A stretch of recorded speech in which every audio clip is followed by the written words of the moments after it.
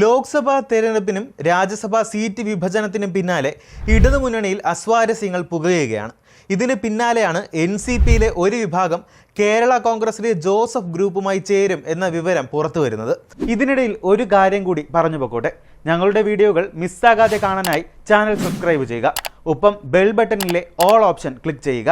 കേരള NCPയിൽ പ്രധാനമായും രണ്ട് ഗ്രൂപ്പുകളാണുള്ളത്.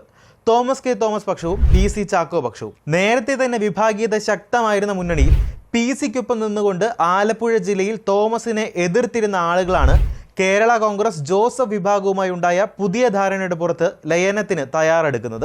കുട്ടനാട് സീറ്റുമായി ബന്ധപ്പെട്ട ഒരു ധാരണയുടെ അടിസ്ഥാനത്തിലാണ് ലയനമെന്നാണ് വിവരം.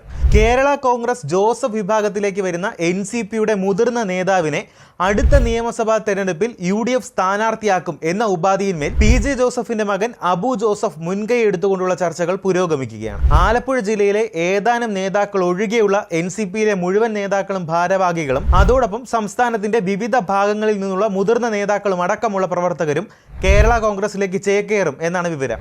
ഏതൊക്കെ നേതാക്കളാണ് NCP വിട്ട് കേരള കോൺഗ്രസ് ജോസഫ് വിഭാഗത്തിലേക്ക് വരുന്നതെന്ന കാര്യത്തിൽ ജൂൺ 20-ന് വ്യക്തതയുണ്ടാകും. ഇതിനിടെ CPMനെതിരെ LDFിലെ ഘടകകക്ഷിയായ RJD നേതാവ് MV ശ്രേയംസ് കുമാർ പരസ്യമായി രംഗത്തെത്തി.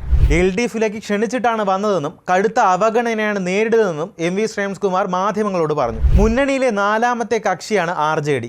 രാജ്യസഭാ സീറ്റിന്റെ കാര്യത്തിൽ CPM മാന്യത കാട്ടണമായിരുന്നു.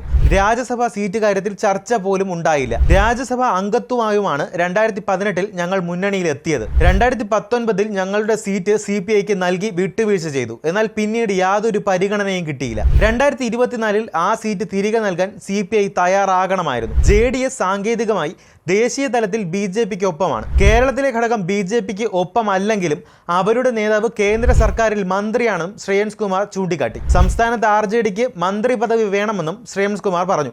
വിഷയത്തിൽ പാർട്ടി പ്രവർത്തകർ കടുത്ത അതൃപ്തിയിലാണെന്നും LDF അവഗണന അവസാനിപ്പിക്കണമെന്നും അദ്ദേഹം ആവശ്യപ്പെട്ടു. ഇടതുമുന്നണിയിലെ പാളയത്തിൽ പടവാളെടുത്ത് പരസ്പരം പോരാടുമ്പോൾ വീഴുന്നത് മുന്നണിയും സർക്കാരുമാണെന്ന് ആരെങ്കിലും ഇവരെ ഒന്ന് ഓർമ്മിപ്പിക്കുന്നത് നല്ലതാണ്.